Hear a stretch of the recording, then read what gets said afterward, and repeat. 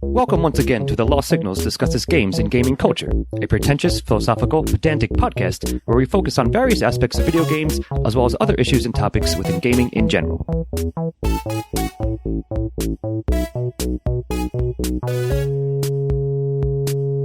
Hello there, welcome back to Games and Gaming Culture, presented to you by The Lost Signals. I am Scott Thurlow, as always, and I'm joined tonight by Professor Jonathan Ian Manzer.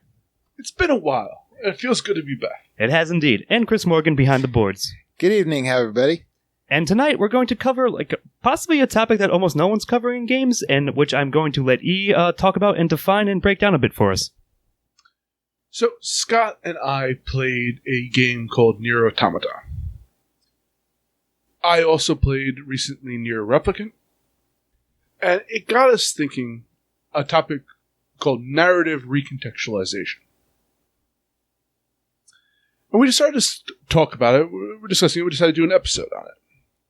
But beforehand, I wanted to talk about a separate topic, which is, from what I understand from my limited research, defamiliarization. It seems to be born of kind of the Russian narrative school. Of course.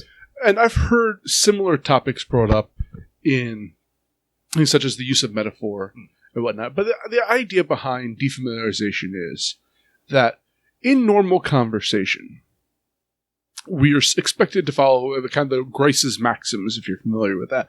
But the idea is that if you have information to impart, you do it concisely.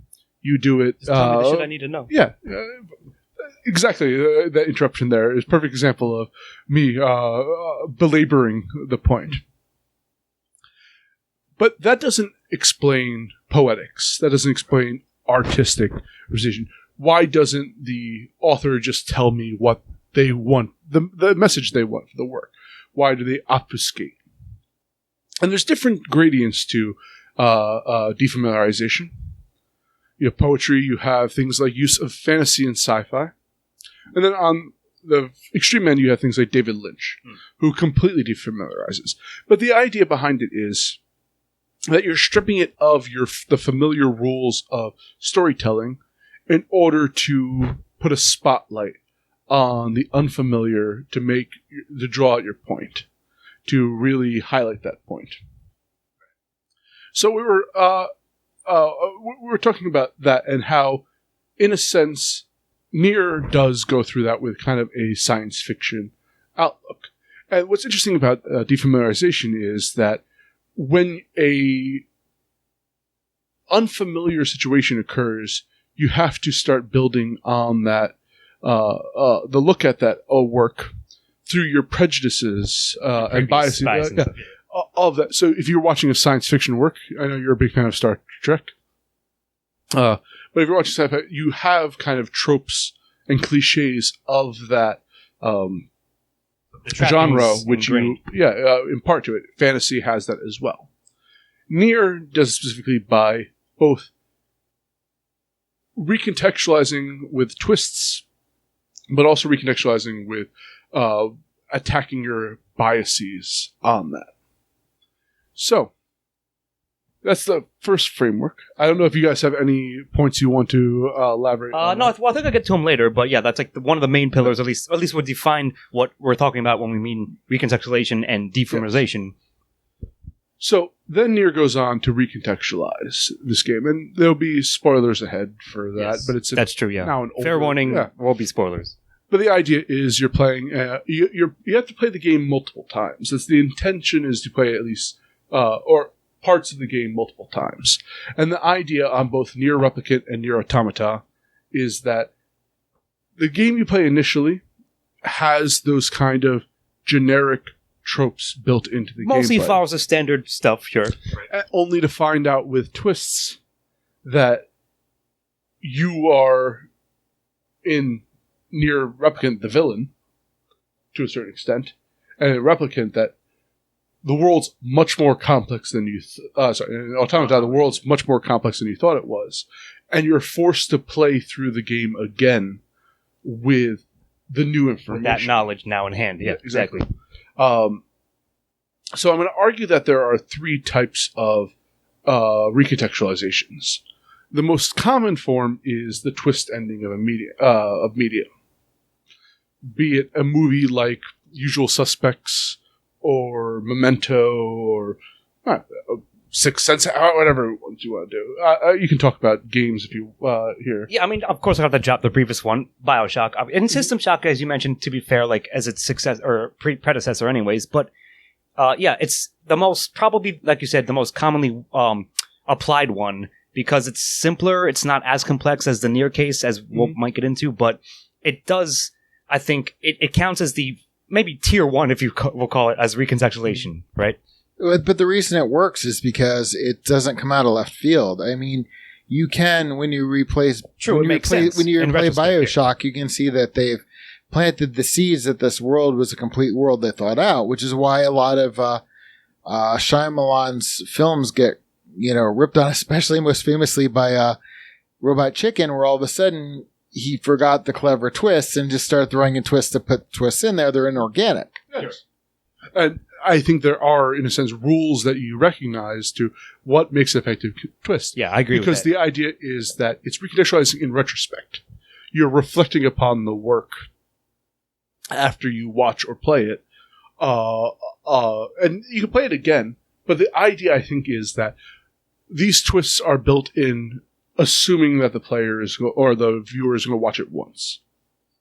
Yeah, I'm sorry, go on. No, but the trick is it doesn't matter because innately we know. Okay, so the reason, like, I keep bringing up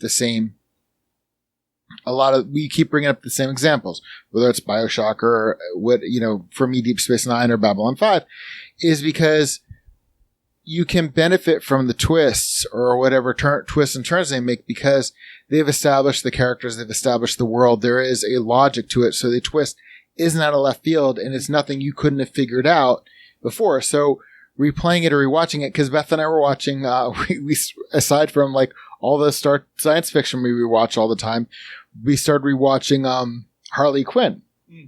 And knowing where that ends at the end of the second season and seeing even the first episode, you're like, they really had a firm grasp on these characters. I mean, because there's twists and turns throughout the thing. But everything feels earned. It's part of the universe. Nothing comes out of left field. Like, it was the construction of it, whether you're watching it once or whether you're watching it for your third time, you can get it the first time. The twist makes sense because it's organic, but on a rewatch or replay, you can appreciate it more because it's like, this is why it works. Sure. I mean, when done well and built out well, it's going to be bad, but... And arguably, we can subdivide from here with character-based twists that are in line with the trajectory of the character, or narrative-based twists, or genre-based twists, all that. But that's not the conversation here. Chris actually brought up in a pre-discussion the second one I want to address, which is recontextualization that occurs between a medium that exists throughout time, such as currently comic book movies, but which is heavily influenced by mythology. But whether you're dealing with like James Bond or anything like that, it's recontextualization that occurs on a property as culture changes. Ongoing progression. And then all of the built-in biases you have into a product is now flipped because that culture has changed. I don't know if you want to expand upon that because you did actually a very good discussion earlier. The Batman one? Yes. Okay. The argument what I was making was I just replayed the first two Arkham games. I hadn't played them in a while. And after watching the Nolan films and even to a certain degree the aforementioned Harley Quinn, you got a more deconstructed version of Batman Bruce Wayne and the Wayne family altruism. As Greg from How to Drink tweeted out a couple months ago, if Batman was really a superhero, Bruce Wayne would have, solved poverty in Gotham. So, and the one thing Nolan always has in his films, because I just rewatched those, is that there is a fine line, and Alfred and Fox being his conscience, is the fact there's a fine line between doing well and being a vigilante. And the one thing about Nolan and what made me appreciate and also critique a lot, I went back to Dark Knight Rises with some critiques as much of appreciation, is the fact that it was an underwhelming film, because if you take the character arc for Batman not wanting to be a vigilante, that Bruce Wayne, once he took the rap for Harvey Dent and actually did become the villain, then we find out he tried to save the world as Bruce Wayne, and what his achievement was then immediately weaponized. So he gave up on life.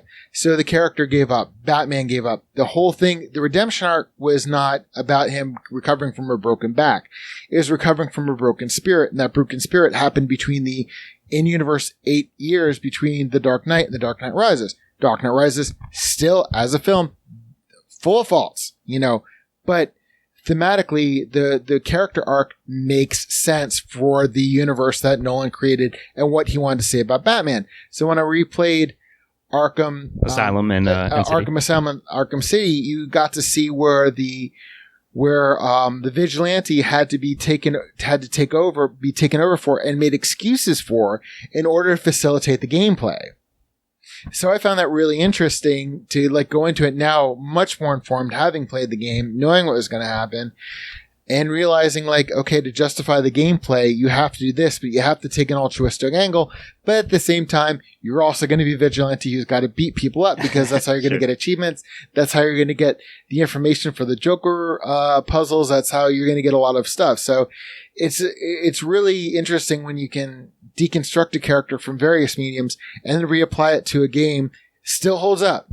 I didn't play Arkham Knight again for various reasons, but the first two games still hold up, even with, again, the appreciation and the critiques of it that I now brought into it. Sure. So it's almost like you're saying a recontextualization through a persistence of a medium over time, which you can reflect upon. It's perfect because it's second tier, right? It has the element of the first tier, but then it has an extra element on top of that because it's sort of more extended, I guess, if that makes sense, if that you agree with that. I do. There's 2 points I want to make. One is Captain America, I think, is actually a great example of this, in that his first ever appearance is him punching out Hitler.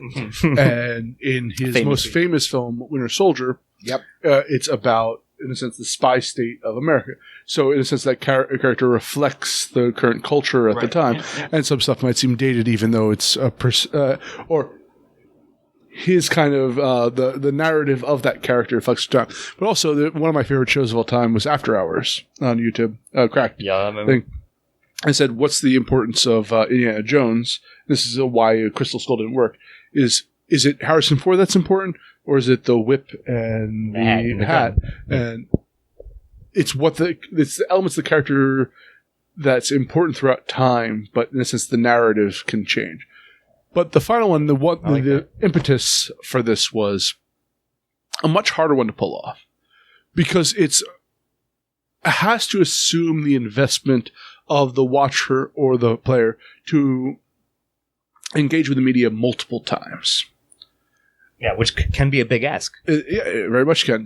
Nier asks you to play through, I guess, a 20, 30-hour game. Easily, right? Yeah. Only to play through it again for 20, 30 hours, only then to give you the opening credits for it. Yeah. It is the Rashomon effect, I would argue. And that's... I really like that term. But I get you. Oftentimes, I remember, in After Hours and in 30 Rock, which was a very intelligent work, they refer to this kind of style as, I guess, the trope codifier, you would say, the Rashomon effect, which is being able to see a narrative played through with new context developed. Now, granted, you could argue that Nier, both Automata and Replicant aren't pure Rashomon, because in that you're following different characters' points of view. I mean, you're still doing that in Rashomon. I would argue that it's close enough, I guess, is what I would say to you. But because where in the Nier world you're playing with the same character, it's just that you as the player now have more information, and you realize that the actions you're taking are monstrous. And I think it's a very ballsy move to make, in that, because it's trusting your audience to buy into your vision, to invest a ton of time into it. Yeah, I mean, you're right. It's a bold move, Cotton, as it were, and like, yeah, it's a big ask up front. Like, it's almost like a slow roll. Like, now I know at this point, at least Automata, because I can only speak to Automata that I played completely. I did do all the playthroughs and all, but up front, like, you're right. Like, it plays it straight, then it sort of flips. It flips characters, but like basically the same characters are going through the same parts of the plot, except now you have new information, as you mentioned, which recontextualizes a lot of it. Yeah. But it's almost like you said, hey, player, we're asking like basically another investment of the time you initially invested, which you thought was going to be quote unquote like right the main plot / complete story, right? So, but I feel like if you get over that, or like it almost is a dirty trick anyways, because like it's like psychologically insidious, where like, well, now I have to finish it, right? Like at least that's what probably many players might see themselves at that point when the game presents that, revealed to you, right? So then when you do that, I think it's the vision of the narrative, which is not often like something you see because it's hard to do. Like you said, this is the top level tier essentially, right? It's taking the first two and then doing something else on top of that, which is a big investment on both, I would say, the developers, designers side, and then again, like we said, you as the player. But if you're able to commit yourself to that, then it becomes so much more, and it really does, like, it has like this sort of can't put your finger on it little magical thing that happens to you that kind of clicks to you that really makes it something special when they can achieve that. Well, I would also argue that having a replicant now, I didn't play the original Nier. I did play Drakengard way back in the day before I was even familiar with any of these stuff. Concepts in art. But Nier itself plays it more straightforward, that you're legitimately going through the same actions. You're just fed a little bit more information, a couple more cutscenes, giving you more world building.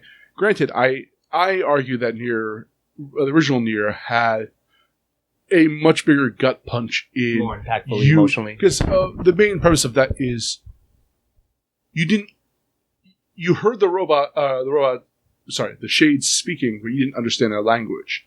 Now you do, and now you're hearing their point of view. Human souls, yeah, and you're it makes you feel like a genocidal maniac. Yes, as somebody who has not played either of those games, yeah.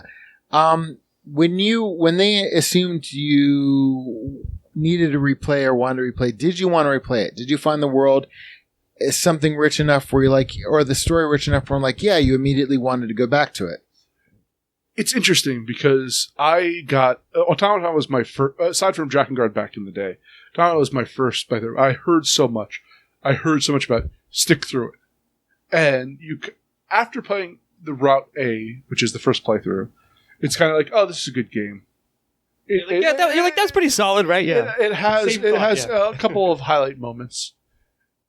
I believe that Automata was paced better. One, they added new play styles to it as well. True, they changed the game mechanics, which is a pretty big. Like it goes a long way. Yeah. To keep it fresh, Replicant didn't do that. But they open So I told you a little bit about. I'm assuming that the audience did. The idea is that you're androids versus robots here. They open up the beginning of Route B with you playing a young robot attempting to repair its brother robot who has been killed by the player character. And it is the most gut-wrenching, one of the most gut-wrenching moments in that game. And I think that it's super effective. It sells you on it teases the premise that the rest of the game is going to go through. So if you play through the initial game and then you're hit with a very heart-wrenching moment and you're like, I'm curious to see where it's going to go from there. So I have to say that's how they sell it. The reason I'm asking is because as you guys are talking, I was kind of thinking about the Marvel Star Wars Kathleen Kennedy thing because we all watch a lot of YouTube. But one of the things is if you watch Honest Trailers or Ryan George Pitch Meeting, there's so much, if you like, especially when it comes to Star Wars, they put so much into Fortnite or all sorts of other stuff. They just drop it in wherever. Yeah, or even like Solo, a Star Wars story. You have to deep dive into all these comic books and video games or TV series, animation, live action, whatever. There's nobody that's going to most likely not be part of all those mediums. So their selling point is to do this and say like, hey, you can find more about it if you check out this series or if you check out that video game or whatever. Whereas you're talking about a franchise that asks you to visit it because it allows a different perspective, because you are going over the same thing. And as we discussed before, and I think this is why we keep bringing up the same movies and books and especially video games, like anybody here can probably say like BioShock is probably like, one of the top favorites. But it's that for a reason, because the replay doesn't come out of something you missed, or you have to go fishing. It's not like you have to play BioShock twice to like get the reveal. But you want to play BioShock again because the story's good and you want to see how it was constructed. My whole point is not having played Nier. The difference is BioShock goes in assuming you're going to play it once. So it's constructed. Yeah, it would be happy if you played it again. And it gives you... That's the thing is the twist ending, that T1, as you mentioned earlier, is predicated around reflection. Where this is for the point to hit home. And the reason it does, it goes into that defamiliarization thing I brought up earlier. You're playing a sci-fi world. Now, granted, yes, sci-fi is broad. There's different genres of it, but it plays it almost the straight fantasy elements of good guys versus bad guys. A binary, which is ironic for a thing based on androids, morality system. And you play through it straight as almost that binary good versus evil. And then the second playthrough, you realize that not only is it not good versus evil, you're likely the worst person fighting the better people. And it, I think, hits hard because it plays upon your expectations for the genre and then deconstructs them for you. Yeah, and then I'm sorry if you mentioned this, but if you did, I want to just also build on it. So in the case of Nier, which I think we can agree at this point, like, is possibly the best, and again, one of the most famous ones, because again, this is a difficult thing to pull off in almost any medium, but especially in games, because it's an active medium. So now it's like, oh, I can't just sit here and watch okay, I can watch Usual Suspects again, I can watch whatever, read whatever, but now you have to play through, like you said, the X hours of it. But if you're already invested enough, then it pulls you along to want to see more. Like, it teases that with you, like the opening scene, like you said, teases you with that. You're like, well, now they're going for a different turn, and it's going to, at the end of the day, at the end of that playthrough, recontextualize almost everything, or at least add another layer of texture, which changes a lot what you experience in playthrough A, ending A, right? And on top of that, also, I would say, like, it's something like, it's that social contract almost between you and the devs, where they're somewhat exploiting your psychological almost need for closure in a sense, right?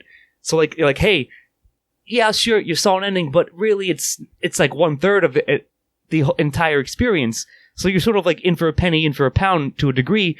But Chris, to your question, I do think, at least in my case, and I think you would agree, it was able to be done so well that I was sold on the world and etc. and everything else to do it again. Like, even though like it was a complete game up until that point, but it also wasn't, because they had two sides, in fact, to show me. But it was a built-in. It was a built-in new experience. Whereas, yes, exactly. You said BioShock was meant to be played once, but you can go back and get new things out of it. This one, they're asking you to play the same thing, but from different points of view. Yeah, it's more. So it's built into the exactly. It's more of more of like a pushy element to it. Like, again, it's specifically made to be played more than once. Whereas, like you said, BioShock, etc., a number of others, you can play them once and that's it. It's a retroactive, recontextualization, like we said, reflective, right? So you don't have to play it again. It's nice if you do and whatever, but in this case, and the way they set it up, it's like you're forced to, but you'll be thankful for it at the end, generally. And also because of everything you know, and because you then are forced to enact the repercussions of your actions without being able to stop your characters from doing that. And granted, I guess that works with the twist stuff too. Like BioShock, you can't not kill Andrew Ryan. Right. Even though you know that it's But tier 3 is the same. Tier 3 takes both of them, so it has to be that way, I would say. Like, it has to encapsulate that one level to do its next level. So, sorry, good. I just think... you have any other... No, I mean, like, it's very, like, and trust me, we tried to do some research, and we were like, well, no one's covering this topic. Like, I think it's an interesting thing, but I guess my final thought, or broadly, is something like I said, it's very difficult to do this. Like, it's a very ambitious goal to try to impart something like tier 3, at least, we'll say, to this degree, and again, almost any medium, and especially, like we said, in an active medium like games, where it's a big commitment. So, not a lot of people, not a lot of devs probably going to try it.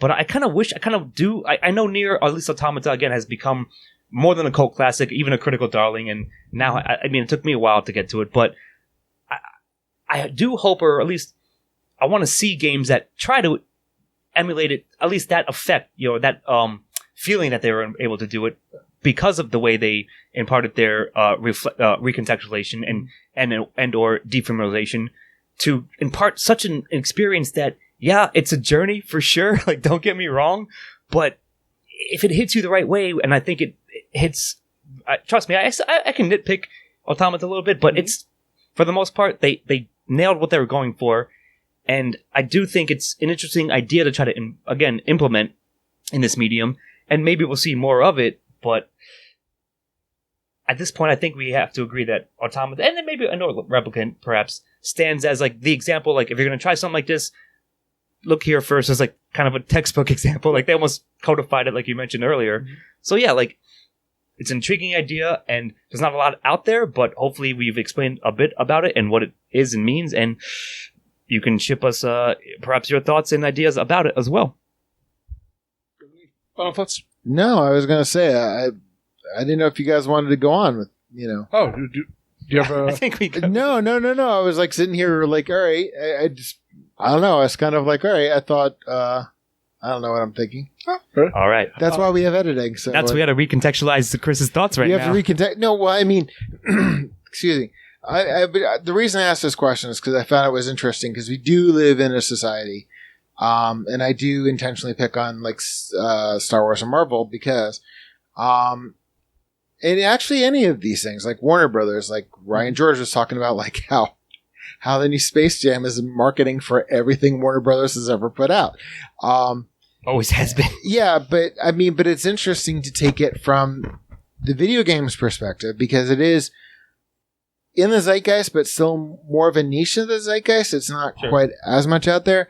So talking about a game where you can appreciate that was meant to play once, where you can really deconstruct it, reconstruct it upon, and I've played the BioShock things at least 3 times. So,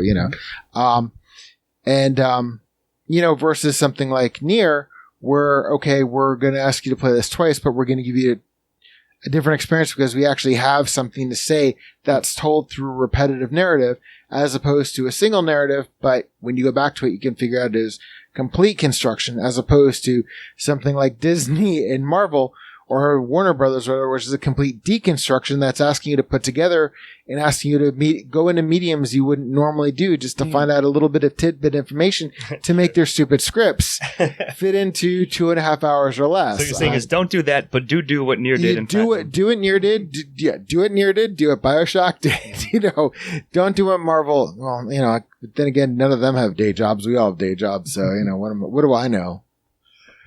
I would also suggest that, and even though this discussion is centered around the Nier series, we did not even delve into everything else Nier has to offer, philosophically, morally, existentially, whatever. I mean, they're recontextualizing all, like, many various things like that. And this is just one aspect that I found interesting, and that I also don't find many other people who are talking about the philosophy of Nier discussing all that much. So I just want to say that they do keep you along with their deeper dives into philosophical ideas throughout it. Anyway. Yep, no, I agree. Like, it's a big hook. Like I said, it's a difficult thing. It's very hard balancing act to do something like this, and almost not many have attempted it.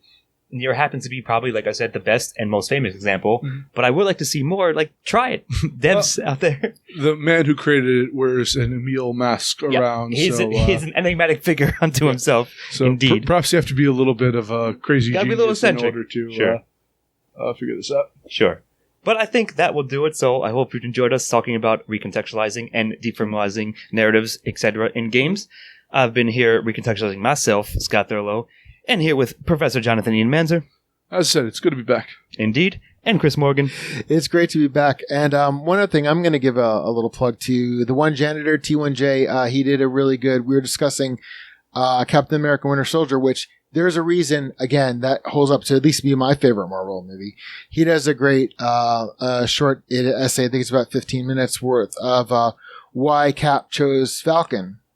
And it does a really good deep dive into values and recontextualization. That, that Captain America had to play a duality, whereas maybe Sam didn't as much. So listen to us, check him out, tell him that we sent you there, tell him we sent you there, and do all of that. We're on the left, but we're also pragmatic. So. Do everything Chris said, and also thank you so much for joining us, and we shall see you next time. Cheers.